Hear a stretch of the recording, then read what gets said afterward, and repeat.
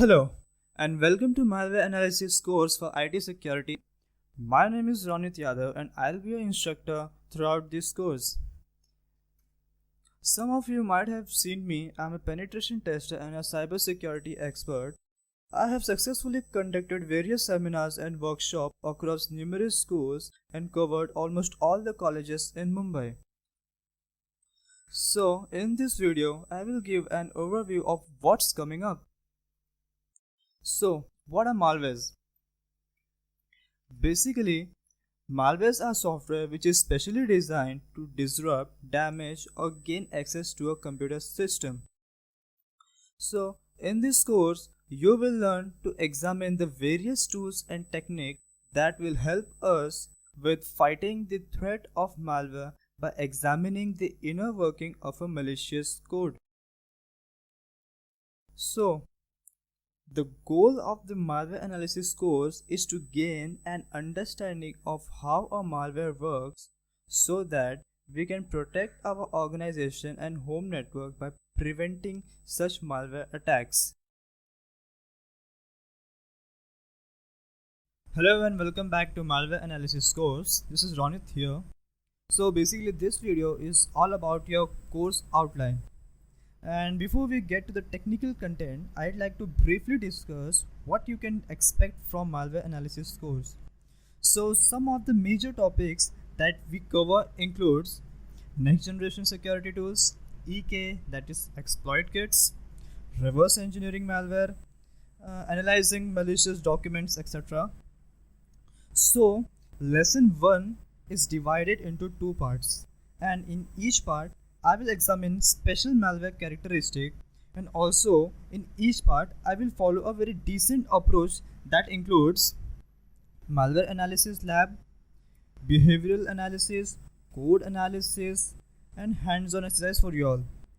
So by the end of this course you will be able to defeat and dissect the latest threats, and after completing this course you should feel comfortable diving in the other security courses like exploit development, reverse engineering, incident response, and penetration testing kinds of stuffs.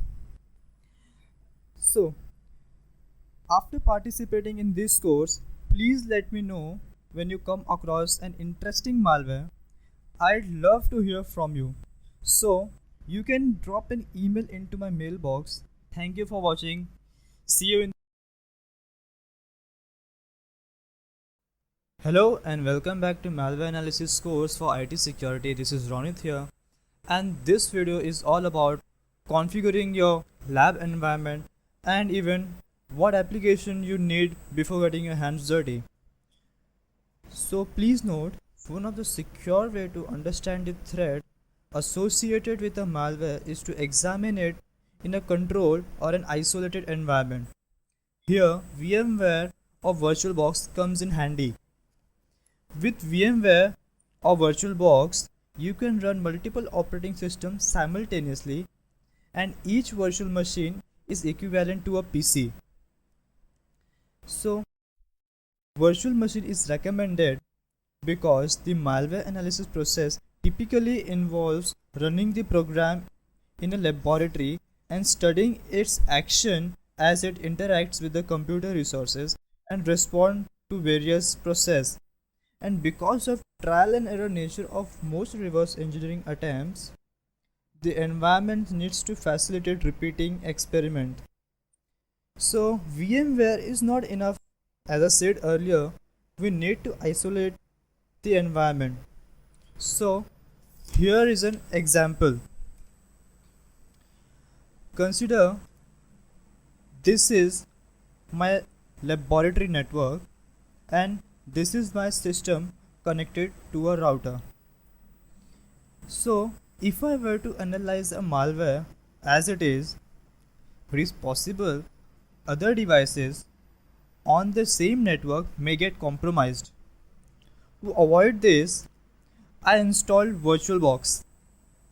So after installing VirtualBox, I found that the virtual machine is sharing the same network card which is installed on my host machine. Hope you got my point. So in order to isolate the virtual machine, use host only network configuration. So basically, in host only network configuration, the virtual box acts as a DHCP server and isolate the networks. That means it will act as a private network. So those who have VMware installed on their system, they can use virtual network editor and click on host only, connect to VM internally in a private network, and click on apply and then OK. And for those who are using VirtualBox, they can follow a simple steps. Select the appropriate operating system you want, click on settings, network. On the drop down list, select the host only adapter and click OK. That's it. So this is all for this video. See you in the next video. Stay tuned.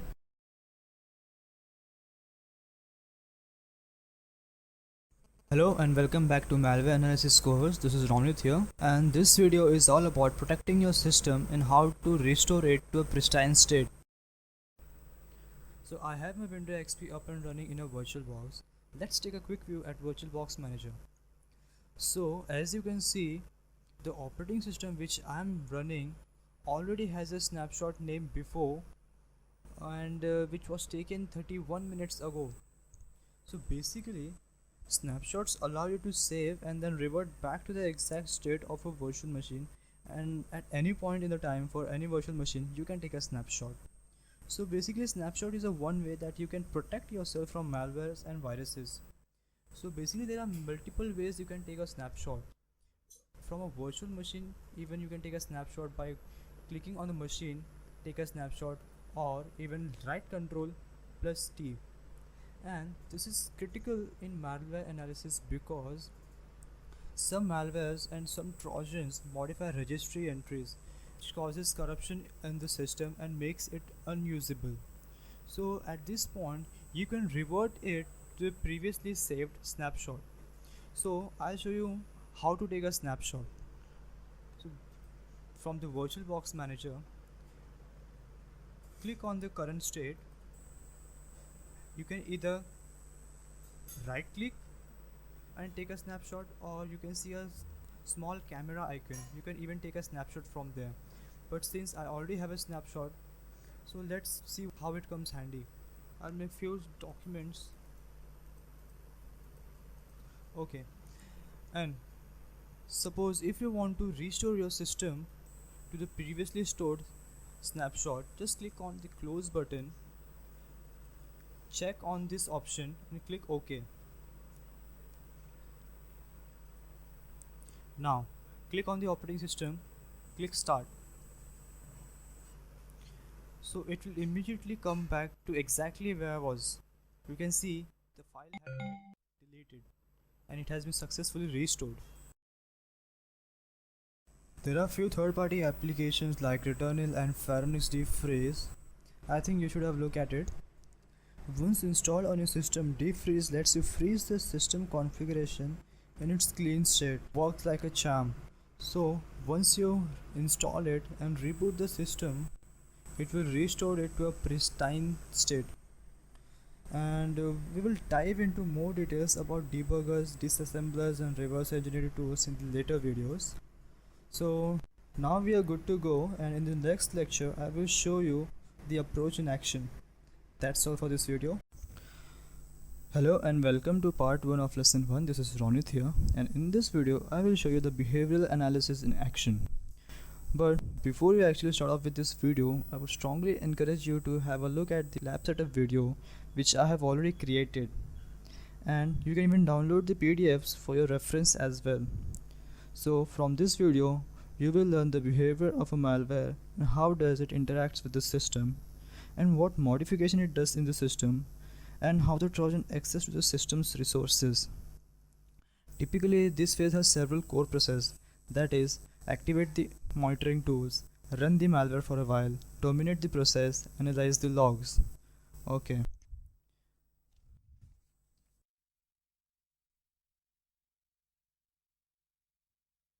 So I have my Windows XP up and running in a VirtualBox, and I have fulfilled all the prerequisite, that is network setting configured to host only adapter, and already took a snapshot to avoid corruption from malware. So in today's video I'm going to analyze a very popular malware named SRVCP, and the tools which I'll be using are freely available from sysinternals, that is Process Explorer and Process Monitor. So basically Process Explorer displays a list of currently active processes, and Process Monitor is an advanced monitoring tool for Windows that shows real-time file system, registry and process activities. So the first step of this phase is to activate the monitoring tools. So let's activate it.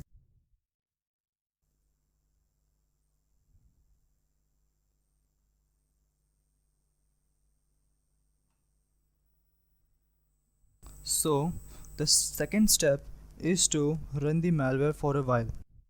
So always run the monitoring tools before executing the malware so that we don't miss anything.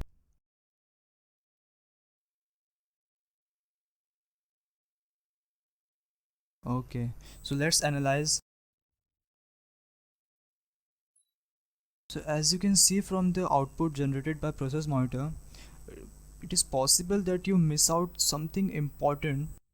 So always make a habit to filter out what you need. Click on filter, again click on filter. So in this video I will filter out by the process name. So process name is, click on drop down list and click for SRVCP, select add, apply and then OK. That's it. As you can see from the output, the process name consists of only SRVCP, and here the operation what it does. Let's search for any suspicious attempt. Okay, I'll start from A. So it has accessed ntdll.dll. Basically this file contains all the kernel functions. Let's see if any other attempts.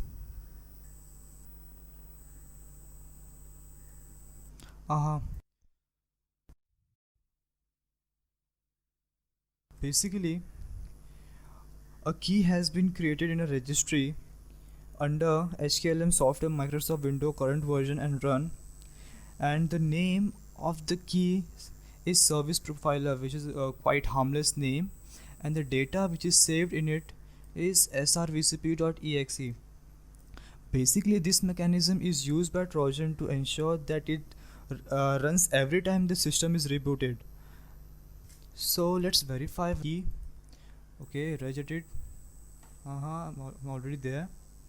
Okay, the key, the name of service profiler, and the data indeed srvcp.exe. So let's see what Process Explorer has got. Here is the process. Right click on properties. Okay, TCP/IP. So as you can see from the output, the port auth is on listening state. Basically auth is used for authentication and identification, which uses TCP port number 113, that is 113. TCP port number 113, that is 113.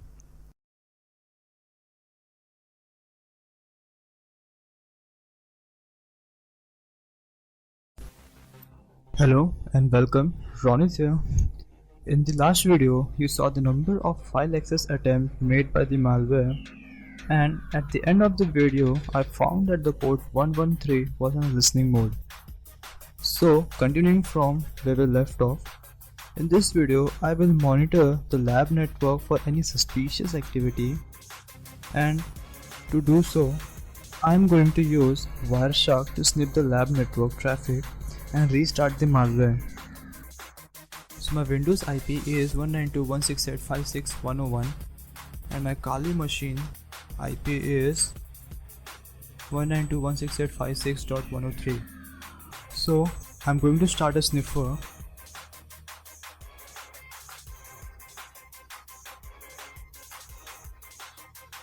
And restart the malware.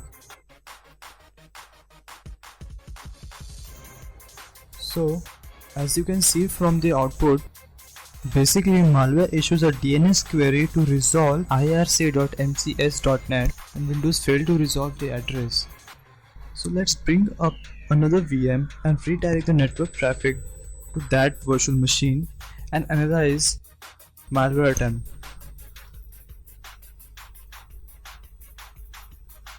To do so, I'm going to modify the host file to redirect the network traffic.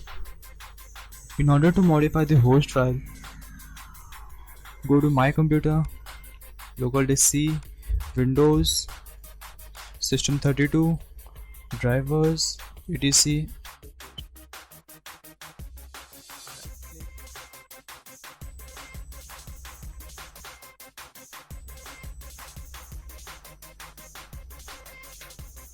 So I'm going to redirect any request for irc.mcs.net to 192.168.56.102,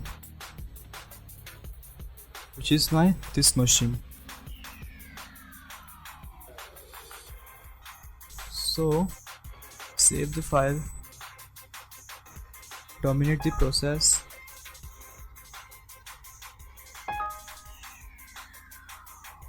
restart the capture, restart the malware. Okay, so now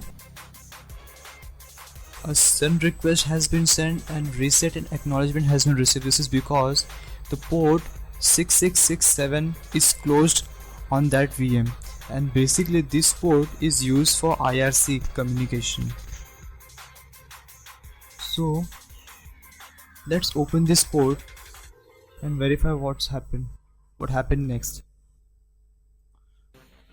In order to start an IRC server, type command ircd and start and the password. Okay, so I have started the IRC server successfully. Now restart the Wireshark and malware.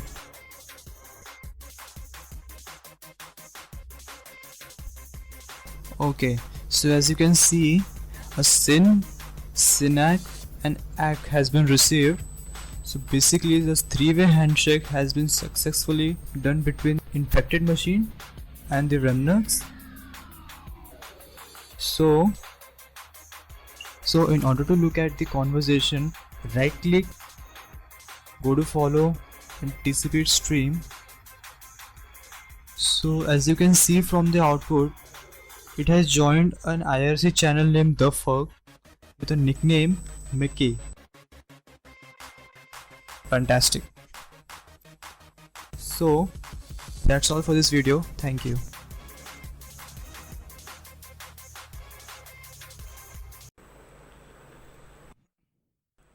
Hello and welcome to Malware Analysis. This is Ronit here.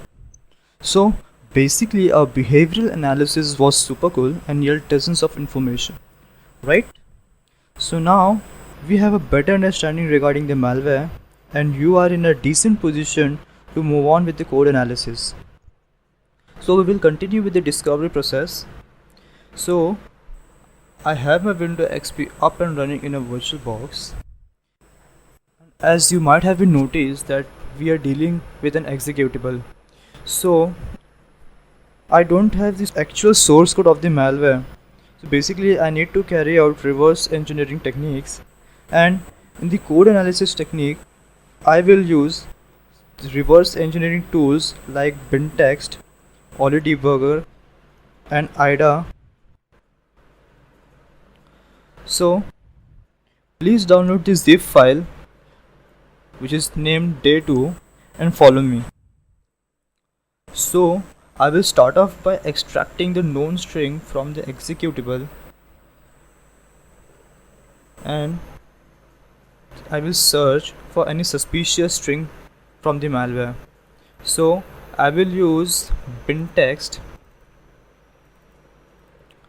So basically if you are a Linux or a Unix user, then you might be familiar with a string utility. So you can say it is a window version of a string utility. So I will double click it We'll browse for the malware, click open, and then go. So basically,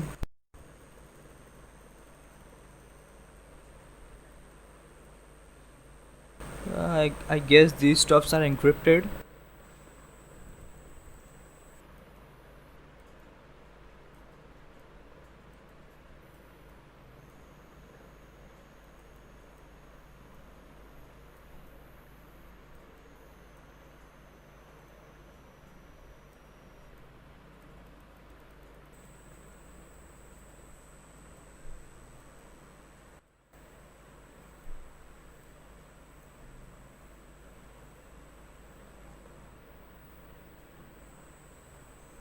This part is repeated.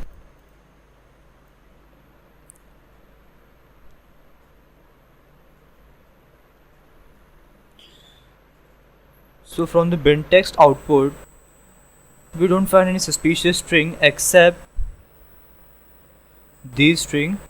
So from this string, as you can see, it was trying to spawn a file named FTP, and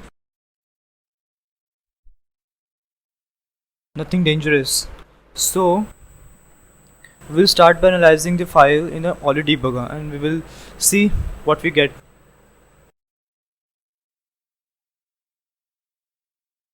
File, open the malware.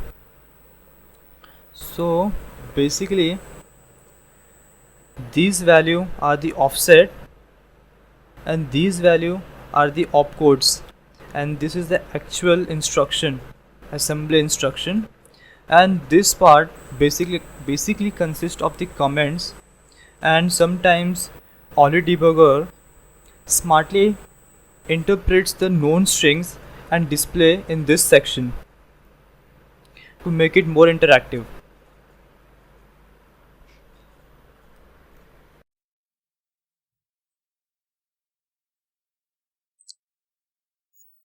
So basically the value has been pushed onto the stack and a call to a routine has been made to 4012C6. Again the value has been put onto the stack and a call has been made to 4012C6. Strange. Again a value has been pushed over onto the stack and the call again has been made to 4012C6. It seems like a decryption routine. So it might be possible that the application uses this functionality for the decryption on startup. So let's place a breakpoint by pressing the F2 or breakpoint toggle. Since I already have a breakpoint, so I will start the program. So as you can see, the program is paused, and we will analyze the program by stepping over each instruction. So you can use this icon or the shortcut is F8. So as you can see from the stack window, the value has been pushed onto the stack and the next instruction is 4012C6. So let's execute it and see what happens.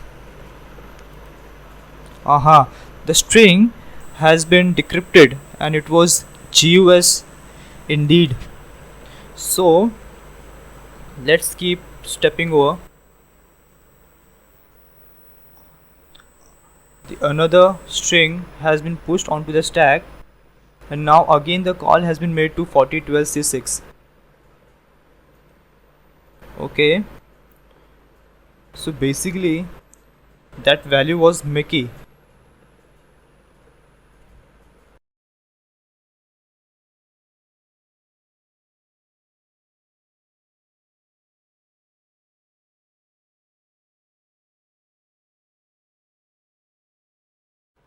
Hello and welcome back to Malware Analysis course. This is Ronit here, and in this video tutorial I will provide some general information about OllyDbg.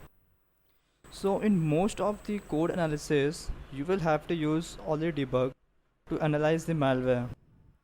So you just can't dissect the malware without having a fair idea about OllyDbg. And if you have already used it and you're already familiar with OllyDbg, can skip this tutorial and move on to the next video. Okay, so basically OllyDbg, often called as Olly, is a ring 3 debugger.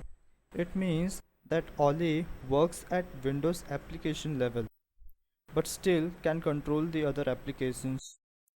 So with this magnificent tool, you can find bugs in the program, you can create patches and whatnot. So you probably already noticed a weird background. This is because I've already opened the malware specimen in Olly. So let's have a closer look at it.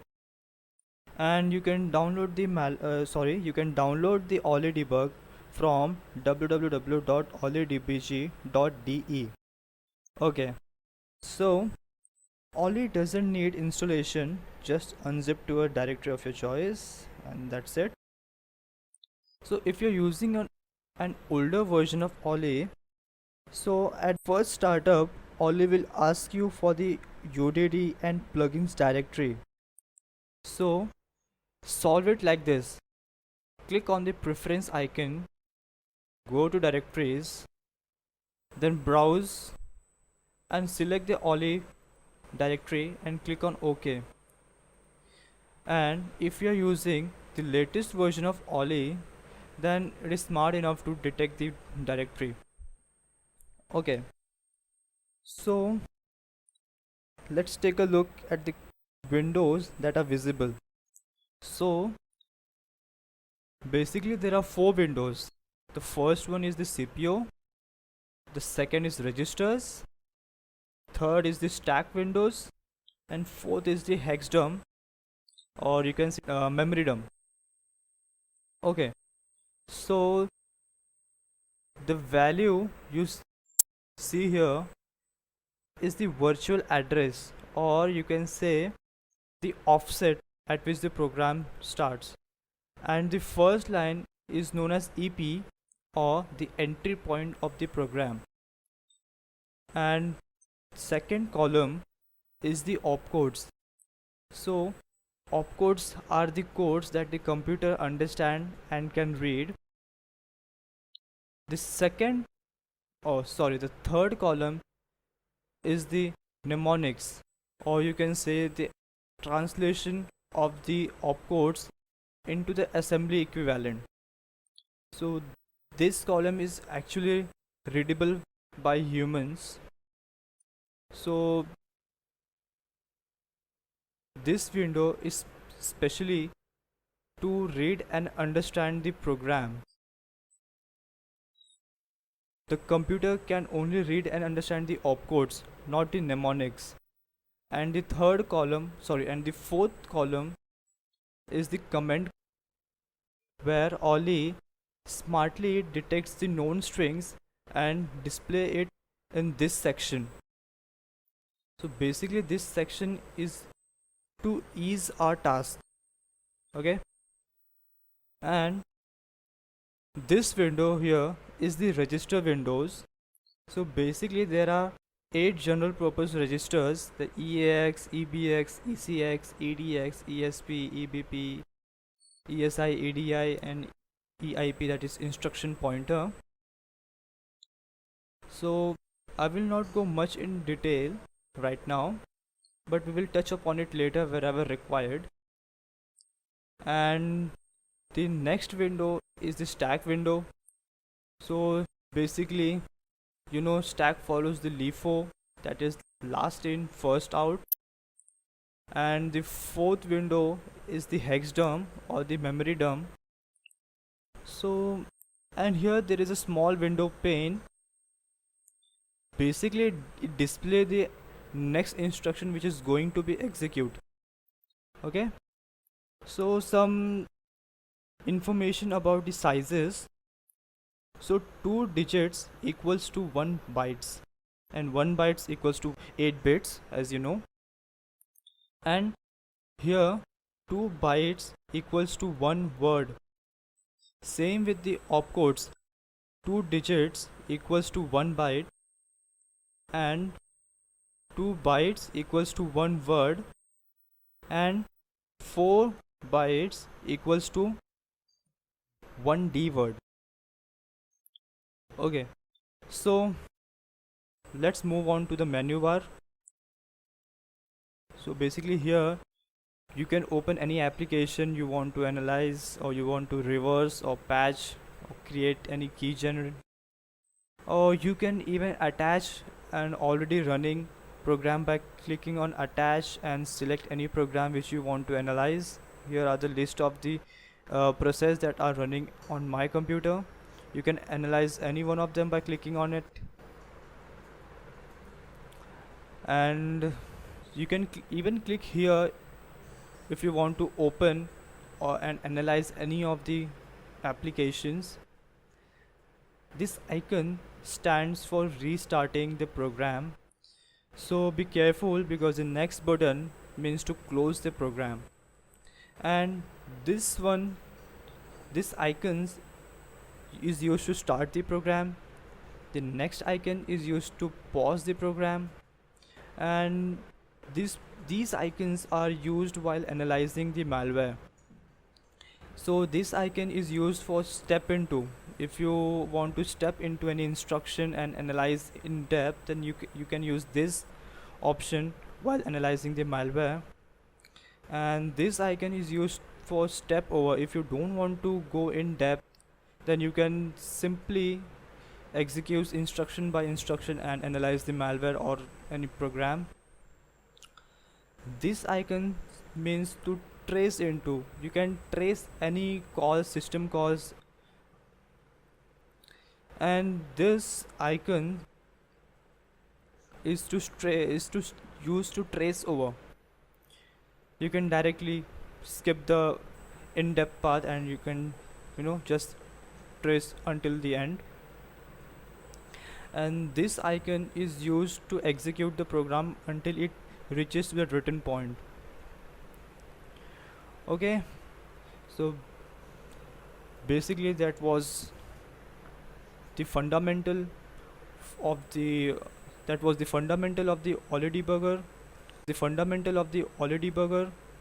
Basically I plan to make this video since this entire course is intended for an absolute beginner, so this might help you in the further courses. So that's all for this video. Thank you. Hello and welcome to Malware Analysis course. This is Ronit here. So in this video I'm going to analyze and decrypt the content of a GUS file. So basically this file is of more importance because it changes the malware behavior, and from the very first lecture we saw that as soon as the malware starts up, it search for this file. So basically in this video, first I'm going to find that point where the malware opens the GUS file. So I have my window XP up, so I will start my debugging using OllyDbg.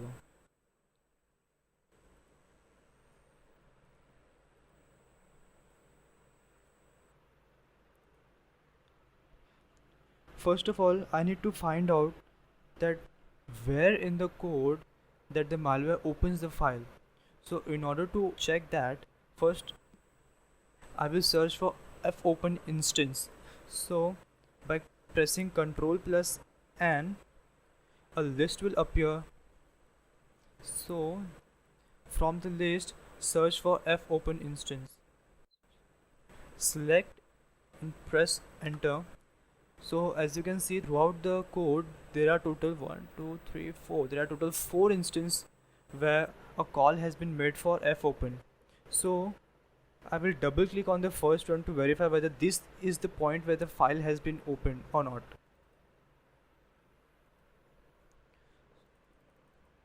So the offset 00403662, here the mode is equals to R and path is actually not defined, or you can say it's not shown. and of open instance is called. So basically I think so this is where the file is opened by the malware. So let's verify. I'll place a breakpoint at offset 403662 by pressing F2, and I'll start the malware. So as soon as it hits the breakpoint, as you can see from the lower, the message is paused. So I will step through by pressing F8. Oh, fantastic. So indeed it was a GUS file which was opened by the malware. So the value has been pushed onto the stack, as you can see from the stack window. So now we came to know that the file has been opened by the malware. Now the second step is to find that where in the code the file has been read by the malware. In order to do that, I will disassemble the malware using IDA. So while I was analyzing the malware, I found this string to be interesting. This actually means that reading a file line by line, and even a call to fscanf has been made. So basically the file has been read line by line, and call has been made to offset 4036b2. So let's search for 4036b2.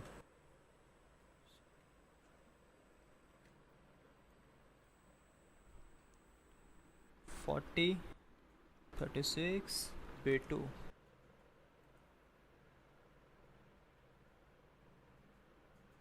Okay, it's here. So here I will place another breakpoint, and I'll remove the previous one, and I'll run the program. Okay.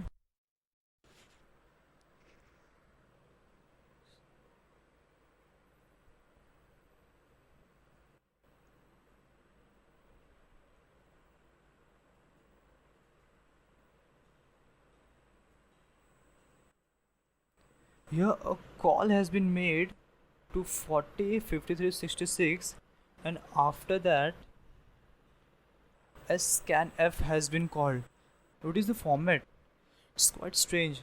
Basically it's a kind of assignment, you know, it's a kind of assignment. Parameter equals to value.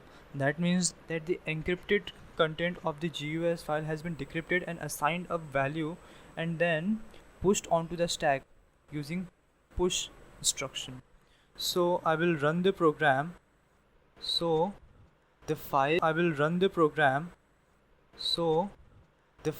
has been processed here, and the decrypted content is stored at 66. Okay, so 40 53 66.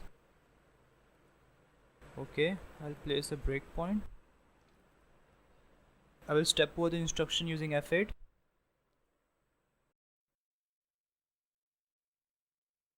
Notice from the stack window, the value has been pushed onto the stack. ECB seems like a decryption key, and the lower value is also stored in EAX register. Looks like the first line of the GUS file. Yes, indeed. So I will press Ctrl plus F9 to execute this routine, this entire routine. Notice the changes in EAX registered. The value has been decrypted and stored in EAX register, that is Nick equals to Mickey. Then again I will press Ctrl plus F9 to read another line and decrypt and store its content.